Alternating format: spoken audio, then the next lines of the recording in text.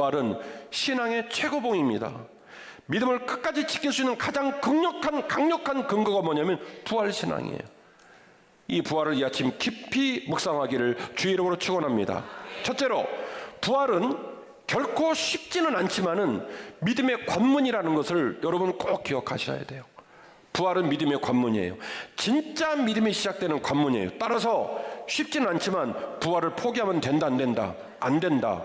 부활이 내 안에 믿어지지 않으면 믿음의 관문을 통과했다, 못했다? 아직 못한 겁니다. 그래서 어려운 문제이긴 하지만은 부활이 믿음의 관문이라는 사실을 기억할 때 부활을 포기하시면 안 됩니다. 오늘 본문에 나오는 가족들은요, 절망 중입니다. 끝났어요. 절망 중이에요. 일단은 오빠는 죽어버렸습니다. 죽어서 3일 지났으니까 죽은 자는 말할 수가 없고요. 살아있는 사람 둘이죠. 마르다, 마리아 둘 남았는데 둘 다 절망합니다. 문제는 이들 모두가 신앙인이었다는 거예요.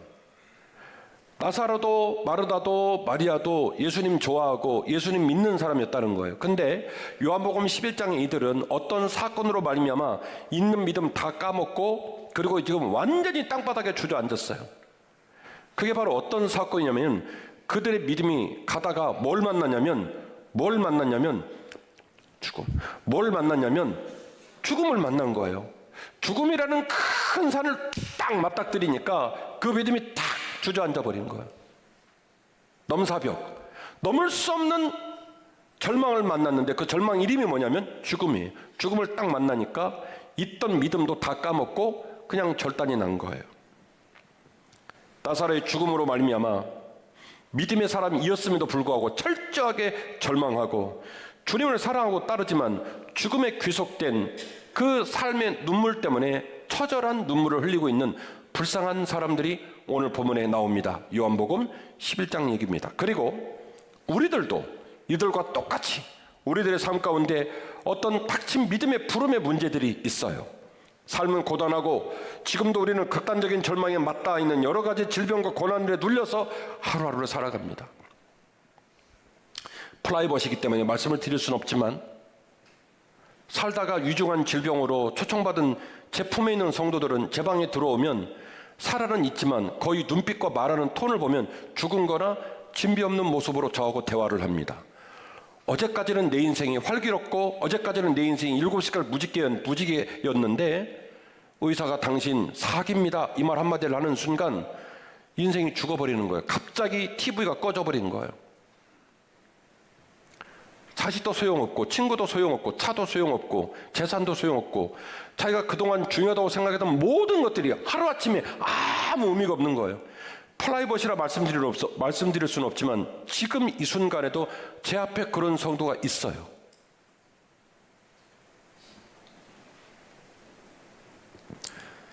죽음 앞에 선 자는요, 어떤 인생의 영광을 드러낼 수가 없어요.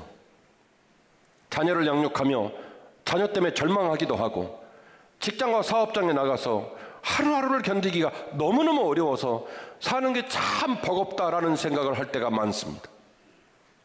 그렇게 일주일 동안 치고 상하고 깨지고 그렇게 벌벌벌 떨다가 주일날 교회를 나올 때 우리는 주 앞에 서면서 주님께서 내 앞에 계시니 하나님 아버지의 영광입니다라고 고백하지 못하고 아무에게도 말할 수 없는 슬픔과 상처를 가슴에 깊이 묻어두고 매갈이 없고 힘없는 모습으로 예배하는 모습이 우리들의 민낯이 아닌가 싶습니다. 요한복음 11장에 나오는 마르다와 마리아의 모습은 오늘 예배를 드리고 있는 우리들의 모습을 너무나 많이 닮아 있습니다. 부활은 결코 쉬운 믿음의 고백은 아닙니다만 그러나 그 부활을 믿지 못하면 그 부활이 제거돼 버린 기독교와 신자는 가장 불쌍하고 가장 의미 없는 종교 행위에 지나지 않아요. 고린도전서 15장 13절입니다. 만일 죽은 자의 부활이 없으면 그리스도도 다시 살아나지 못하셨으리라. 그리스도께서 만일 다시 살아나지 못하셨으면 우리가 전파하는 것도 헛것이요 너희 믿음도 헛것이 될 것이다. 아멘이시죠? 죽은 자의 부활이 없다면 우리는 이 분주한 일상 속에서 뭐 하고 있는 겁니까? 죽으면 그만인 거지. 부활이 아무리 받아들이기 어렵고 부활이 아무리 어려운 종교적인 단어로 할지라도 그 부활을 놓고 울지 않고 그 부활을 놓고 고민하지 않고 그 부활이 내 부활 되는 문제를 놓고 하나님 앞에서 목숨 걸고 매달리지 않는 신자에게 무슨 신앙생활의 의미가 있겠냐고요. 바울은 말합니다. 너희 모든 믿음이 부활이 없다면 헛것 같은 믿음이 될 것이다. 17절 그리스도께서 다시 살아나신 일이 없으면 너희의 믿음도 헛되고 너희가 여전히 죄 가운데 있을 것이요 또한 그리스도 안에서 잠자는 자도 다 망하였으리니 만일 그리스도 안에서 우리가 바라는 것이 다만 이 세상의 삶뿐이면 모든 사람 가운데 우리가 더욱 불쌍한 자가 될 것이다. 부활이 사라져버린 기독교, 부활을 믿지 못하는 목사와 신자는 제일 불쌍한 인간이에요. 오늘 하루 반드시 여러분들에게 부활의 믿음을 선물로 주시기를 간절히 주의 이름으로 축원합니다. 기억하십시오. 예수님은 우리에게 부활을 일깨워 주십니다. 자, 우리가 스스로 부활을 받아들이기 쉽다, 어렵다? 어렵다. 우리가 부활이 중요하다는 걸 알지만 그 부활을 간직하고 신앙생활을 완주하는 것이 쉽다, 어렵다? 어렵다.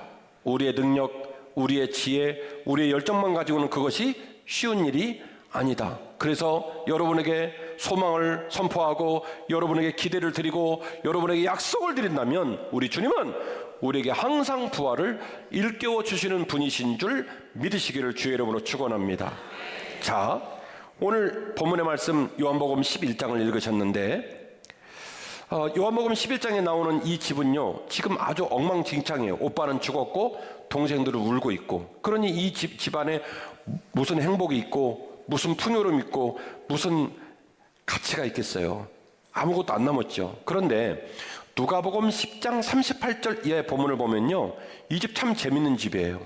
주님께서 전도여행을 하다가 베다니를 지나게 됐는데 주님께서 베다니 집에 어디를 들어가냐면 나사로의 집에 들어갑니다. 그 말은 주님이 나사로 집안 식구들을 사랑했다, 믿었다, 기대했다. 그러니까 예수님하고 나사로 집 식구들이요 상당히 가까웠고 그리고 굉장히 믿음의 이야기가 생동감 있고 행복했던 그런 집이에요. 그런데 나사로의 죽음 사건으로 말미암아 이 집이 절단이 나버립니다. 나사로가 죽어버렸어요. 그러니까 이 집에는 소망이 없죠. 그러니까 막 동생들을 울고보고 난리가 난 거고, 이 집 사람들을 위로하려고 주변에 있는 유대인들이 많이 이 집으로 방문을 하러 와요. 사람들이 좀 많아요. 여기에 주님이 가셔서 일어난 일입니다. 그런데 말이죠, 우리가 여기서 주목해 봐야 될 일이 있어요. 요한복음 11장 20절 말씀인데요, 마르다는 예수께서 오신다는 말을 듣고 나가 맞이하되 마리아는 집에 자빠져 앉아 있었더라. 의역한 거예요. 이상해요. 많이 이상해요. 원래 마리아의 컨셉은요, 주님 오신다 그러면 언니 제껴두고 누가 먼저 튀어나가야 돼요? 마리아가 튀어나가야 돼요. 누가복음 10장에 그런 징조가 보입니다. 그런데 아이러니한 건 마리아는 집에 있고요, 누가 나간 거냐면 마르다가 나갑니다. 그리고 나가서 이렇게 말을 합니다. 주여, 주께서 여기 계셨더라면 우리 오라버니가 죽지 아니하였겠나이다 그랬어요. 얼마나 가슴 아파요. 오빠 죽은 지 지금 며칠 됐어요? 무려 3일이 됐습니다. 그래서 주님이 너무 늦게 온 게 너무 가슴이 아픈 거예요. 주여, 주께서 여기 계셨다면 우리 오라버니가 죽지 않았을 것입니다 라고 얘기를 해요. 근데 이 말을 마르다만 했겠냔 말이죠. 요한복음 11장 32절입니다. 마리아가 예수 계신 곳에 가서 배웠고 그 발에 엎드려 이르되 주여, 여기 계시더라면 내 오라버니 죽지 않겠습니까? 라고 얘기를 합니다. 결국 마르다가 말한 것과 똑같이 누구도 말을 하냐면 마리아도 말을 해요. 그리고 나서 막 울어요. 전문용어로 우리 고향 사투리로 이런 상황을 울어 퍼댄다 라고 얘기를 해요. 그냥 우는 게 아니라 막보기를 하는 거예요. 막보기를, 바닥을 찍는 거예요. 예수께서 그가 우시는 것과 또 함께 온 유대인들이 같이 우는 걸 보고 심령에 비통히 여기시고 불쌍히 여기사 이르되 그를 도대체 어디에 두었느냐 이르되 주여 와서 보옵소서 하니 예수께서 눈물을 흘리시더라. 이 굉장히 중요한 얘기인데요. 이 예수님이 눈물을 흘렸다라고 하는 이 장면을 헬라어는 엠브리 마오마이라고 얘기를 합니다. 엠브리 마오마이. 제가 이전 설교를 통해서도 이 사실을 말씀드린 적이 있는데요. 이 엠브리 마오마이라고 하는 헬라어 원문은 이런 거예요. 말이 화가 무척 나가지고 땅을 발로 말굽으로 팍팍 치면서 콧김을 막 내면서 막 분해할 때 열이 받을 대로 받아가지고 할 때 요때 상황을 뭐라고 하면 엠브리 마오마이라고 얘기를 해요.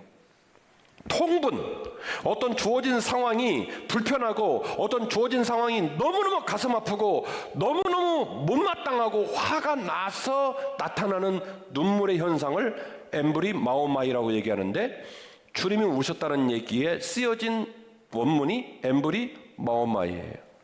이 상황이 너무 속상한 거예요. 마리아 울어 퍼대죠. 유문하러 온 유대인들 울어 퍼대죠. 어디에 소망이 있어요?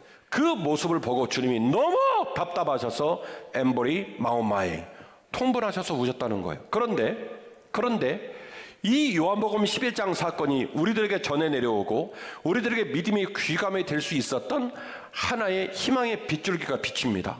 저는 그래서 이 사건이 너무 좋다요. 제가요 너무 좋걸랑요. 너무 좋아요. 다 같이 보실까요? 11장 22절. 그러나, 자, 이게 누구 얘기냐면 마르다 얘기인데, 앞에 나오는 선행 구절을 똑같이 둘 다 했다고 그랬죠. 마르다도 얘기했고 누구도 말했고 마리아도 말했고, 이게 뭐예요? 둘 다 희망이 없다, 죽었다, 주님 계셨으면 훨씬 좋았을 텐데 아쉽다, 이거예요. 이거 똑같이 했어요. 그런데 마르다가요 자기 얘기를 뒤집어요. 부정 접속사, 앞에 선행하고 있는 자기의 이야기를 뒤집습니다. 그러나 나는 이제라도, 여기서 말하는 이제라도의 내용이 뭐예요? 다소 늦었다 할지라도, 3일이 지났다 할지라도, 무덤에 집어넣었다 할지라도, 시신이 썩고 있다고 추정된다 할지라도, 이제라도 주께서 무엇이든지 하나님께 구하는 것은 하나님이 주실 줄 나는 믿습니다. 대박이죠. 이거 원래 누가 해야 맞아요? 누가복음 10장 컨셉 보면 마리아가 해야 되는 거예요. 근데 마리아는 지금 집에 자빠져 있어. 낙심해가지고 목사인데 장로인데 그냥 무너져 내려버린 거예요. 그런데 잡채 만들고 있던 마리아가, 소고기 2+ 숯불에 굽고 있던 마리아가 주님 앞에 딱 나와서 말합니다. 주님이 계셨으면 얼마나 좋았겠어요. 우리 오빠 죽었잖아요. 근데 주님 지금이라도 와주셔서 감사해요. 죽은 것이 맞지만은, 죽어서 희망이 없는 것이 맞지만은, 그러나 이제라도 주님께서 하나님께 무엇이든지 구하면 하나님께서 구하는 것을 주실 줄 저는 믿습니다. 멋있죠? 이런 고백을 한 거예요. 예수께서 말합니다. 그래, 고맙다. 네 말 맞다나 네 오라비가 다시 살아날 것이다. 마르다가 말합니다. 네, 주님, 마지막 날 부활할 때는요 다시 살아날 줄 제가 압니다. 믿긴 믿었는데 43%밖에 못 믿었어. 네 오빠가 다시 살아날 거야. 그러니까 마르다가 대답은 잘해. 주님, 그렇죠 뭐. 오빠도 죽고 저는 82세에 죽고 언니는 좀 더 살아서 95세에 죽고 싹 다 죽은 다음에 이 세상의 종말의 날에 오면 아마 다 부활하겠죠. 그쯤 되면 그러지 않을까요? 뭐 이렇게 얘기한 거예요. 주님은 그 대답 들으려고 말한 건 아니거든요. 근데 주님이 그래, 딸아, 네 믿음이 귀하다. 네 오빠가 살 거야 라고 얘기하니까 대답을 그렇게 한 거예요. 주님, 그렇죠 뭐. 다 끝나고 나면 뭐 위아더월들은 언젠가 다 부활날이 오지 않을까요? 이렇게 얘기를 한 거예요.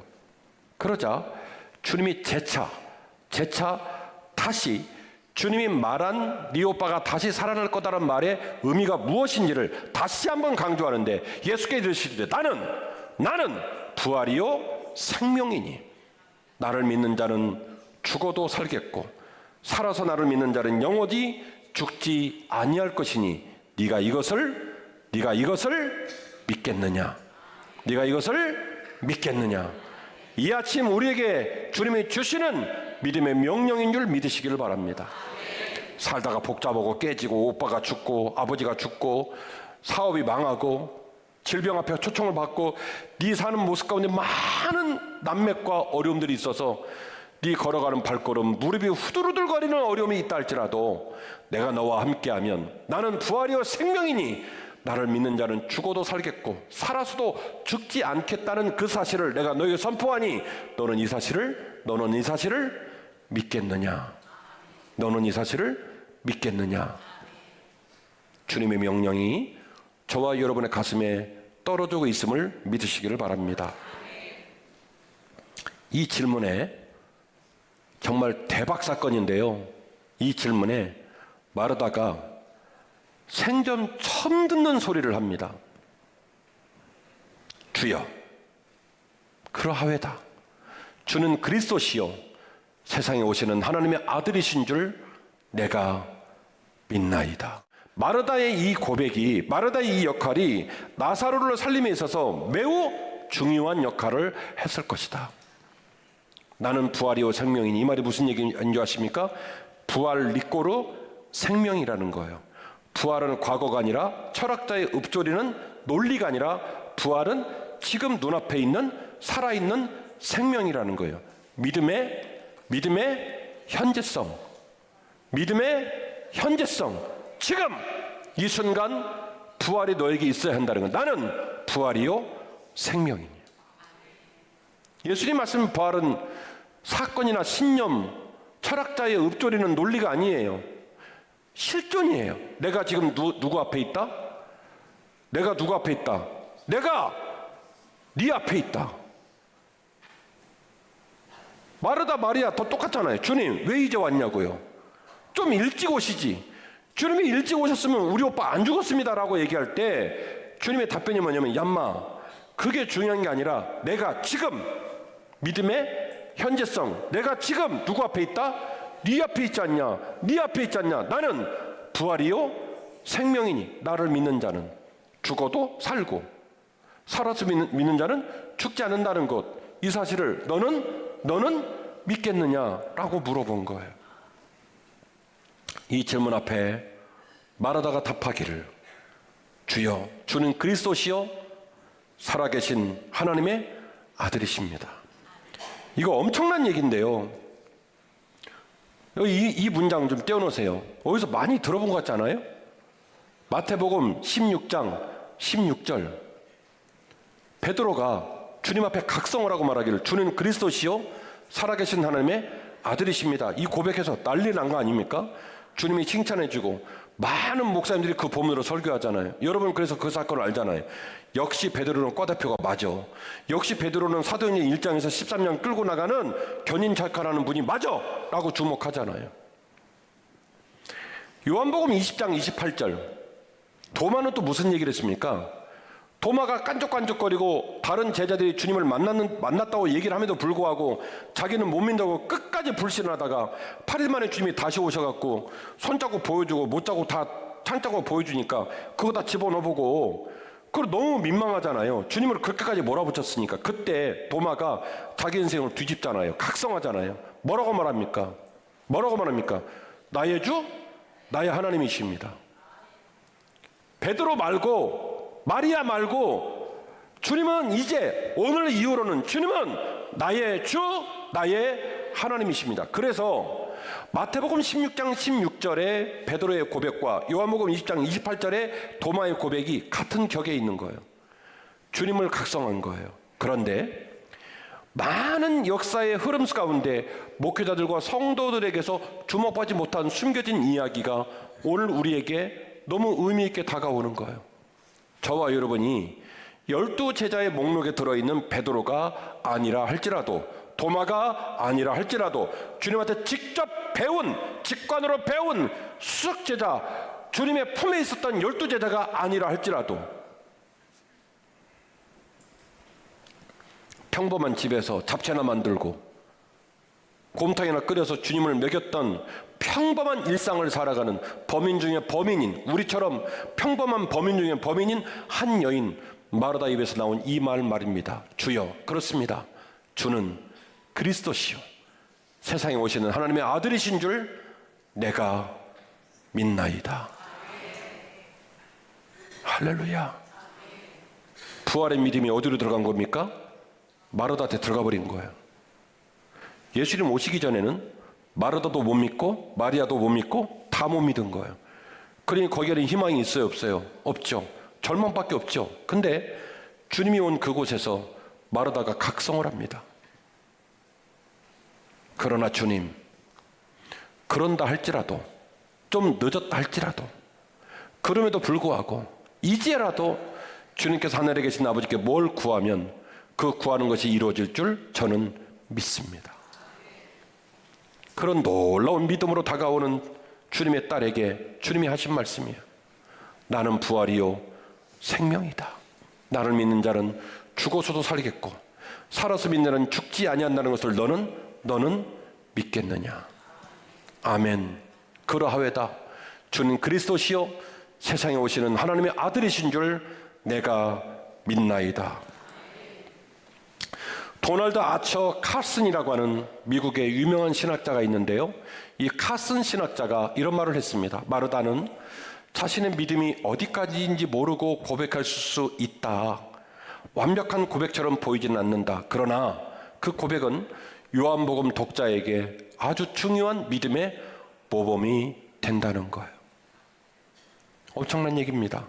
이 외에도 많은 신학자들이 이 본문의 사건이 요한복음의 중요한 신앙의 롤 모델로의 역할을 감당하고 있다라고 이야기하고 있습니다. 설교를 마칩니다. 부활은 위대한 믿음의 강력한 동력원입니다. 나사로의 부활 사건으로 이 가정의 모든 사람은 여전한 일상 위에서 위대한 믿음을 보여주는 변곡점을 맞이하게 됩니다. 부활은 실존을 바꾸는 주님의 부름이며 우리는 반응하고 결단하며 부활의 주인공이 될 수 있습니다. 저와 여러분이 이 역사의 복판에서 부활의 주인공 되시기를 주의 이름으로 축원합니다. 주님, 오늘 하루 저에게 부활의 믿음을 허락하여 주옵소서. 네가 나를 믿느냐라고 질문했을 때 마르다가 그 어마어마한 믿음의 고백으로, 그러니까 누구하고 지금 지평이 같아요? 베드로하고 같은 지평, 도마하고 같은 지평에 그 놀라운 고백을 했던 것처럼 얼마든지 뒤집을 수 있어요. 제자가 아니어도 좋아요. 엊그제 예수 믿어도 좋아요. 오늘 하루 주 앞에서 찬양하고 섬기는 과정을 통해 주님이 이 믿음 주시기를 주의 이름으로 축원합니다.